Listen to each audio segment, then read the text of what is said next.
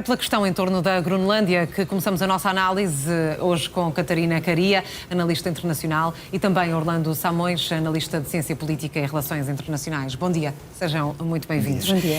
Olhando para esta perspectiva de Mike Pence, Catarina Caria, mas também para esta novidade que temos, Marco Rubio a dizer que vai à Dinamarca já na próxima semana reunir a propósito da aquisição da Groenlândia. O que é que exatamente pode sair daqui, tendo em conta que bem sabemos que a posição quer da União Europeia, quer do governo dinamarquês, tem sido de considerar esta ideia como totalmente impensável? Sem dúvida. Bom dia, Eduarda. Bom dia também ao professor Orlando. Vamos olhar para isto em termos de realpolitik. Obviamente que aquilo que Donald Trump diz é que, aplicando e à luz da doutrina Monroe, tudo aquilo que diz respeito ao hemisfério ocidental é responsabilidade dos Estados Unidos e, portanto, não deve ter interferência europeia. Esta doutrina foi inicialmente criada ainda no contexto das colónias europeias no século XIX. E, portanto, nesse sentido e nessa altura, era legitimado esta doutrina. Depois, obviamente, Donald Trump dá-lhe outra reinterpretação, no fundo dizendo que os assuntos da América Latina são ingerência da Casa Branca e não de outras capitais.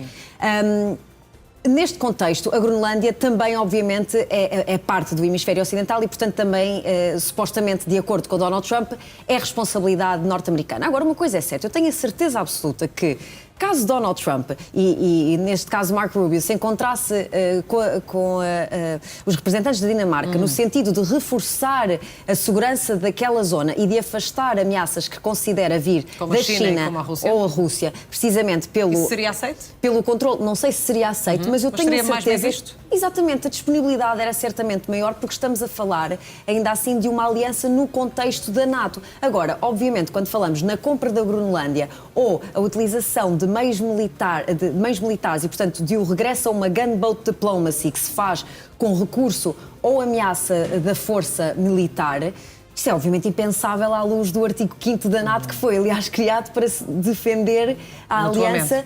Exatamente, e precisamente esse conceito da ajuda mútua.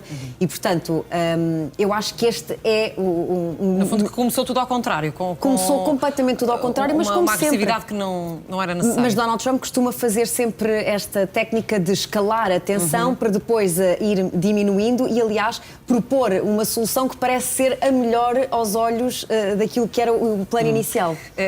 Orlando Samões, com as contrapartidas certas, este argumento da segurança e da proteção face à China e à Rússia, Donald Trump pode conseguir o que quer nestas conversações que deverão agora iniciar-se com a Dinamarca? Muito bom dia, obrigado pelo convite, também vos cumprimento.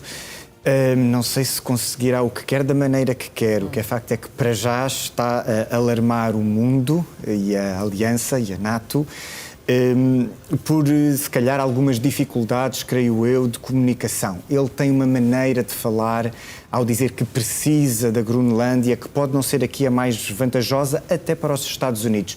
Não é só por uma questão de segurança nacional dos Estados Unidos, mas de toda a Aliança, que poderíamos ter que repensar toda a estratégia para a Groenlândia, que, podemos dizer, foram os próprios Estados Unidos que começaram a retirar as muitas bases militares que tinham, deixaram apenas a Pituffik muito a norte e também muito desguarnecida. Estão cerca de 135 a 150 pessoas, há outras estatísticas que dizem 200 de presença militar, quando os números oscilaram durante a Guerra Fria entre 4 mil, chegaram a passar 10 mil por todas as bases na Groenlândia. Portanto, a presença dos Estados Unidos é bem-vinda, pode ajudar a limitar as rotas do Ártico que poderão começar a ficar navegáveis e que podem limitar, neste caso até o mundo ocidental e o mundo de comércio livre, se forem alcançadas pela China, que apesar de não fazer parte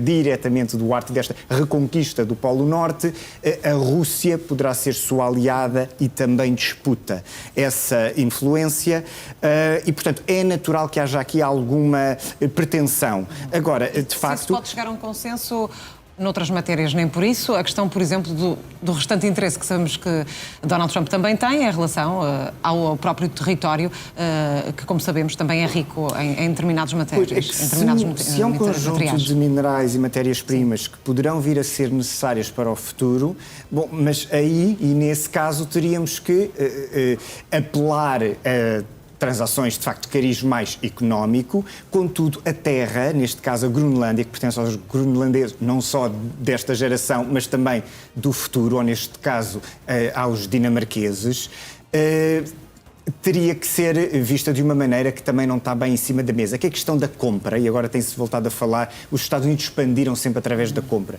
do Louisiana, bom, mas aí estávamos no século XVIII, no Alasca, que foi também quando se começou com a questão da compra, neste caso à Rússia.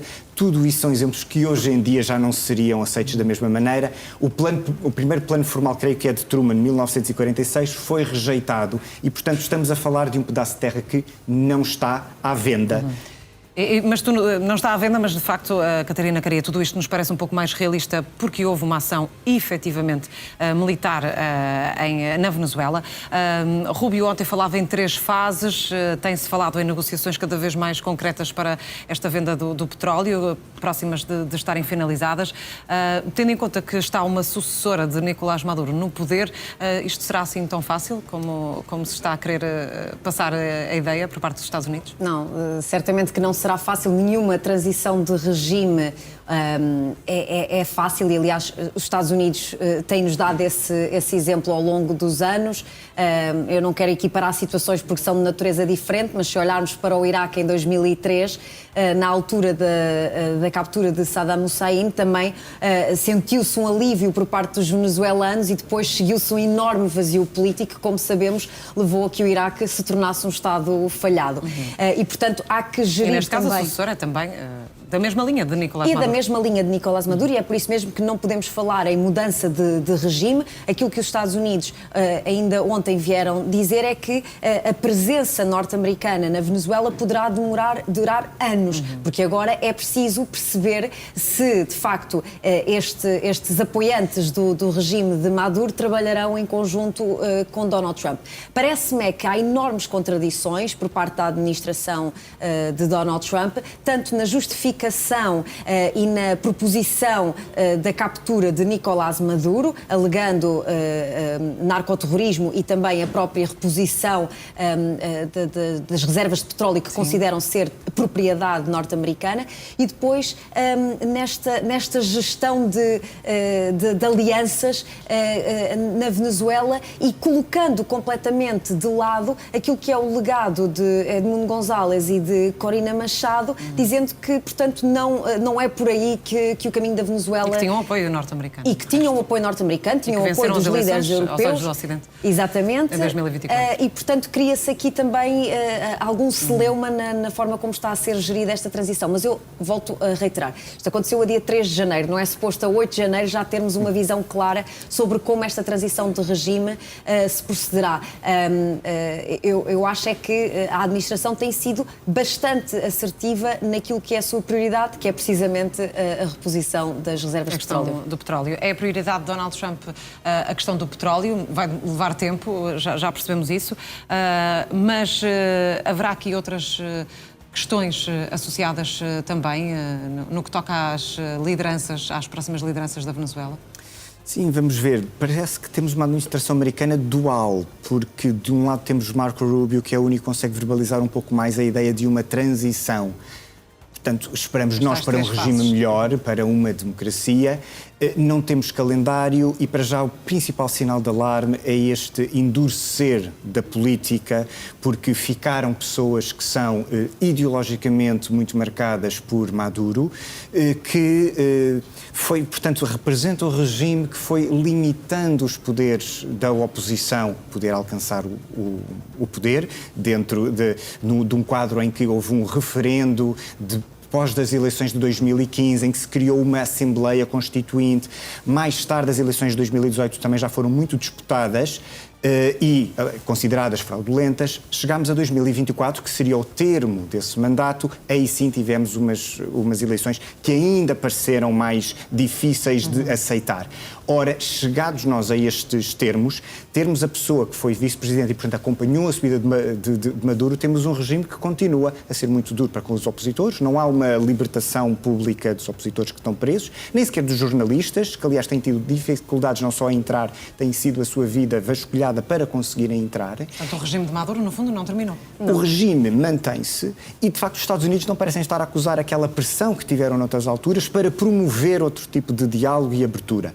De dizer que, de facto, há aqui umas diferenças grandes nesta ideia da construção de Estados. É que no Médio Oriente há muitas dificuldades e há esses exemplos que correram mal e que temos Estados muito divididos, como na Líbia, como no Iraque. No caso da América Latina e do Sul, há outro tipo de cultura que pode ser mais democrática. Houve, durante muitos anos, até uma alternância positiva, saudável, entre a AD, que era assim que se chamava o partido, e o COPEI. Mesmo no final da ditadura que tiveram em 58, muitos índices de desenvolvimento económico até eram bastante aceitáveis, apesar que o regime não era. E, portanto, a Venezuela pode ter outras capacidades e outra forma de estar, mais permeável a este tipo de instituições. Embora e seja também uma sociedade agora dividida, naturalmente, fruto de tudo o que aconteceu. Catarina Caria, Orlando Samães, obrigada. Continuação de um bom dia. Bom dia, obrigado.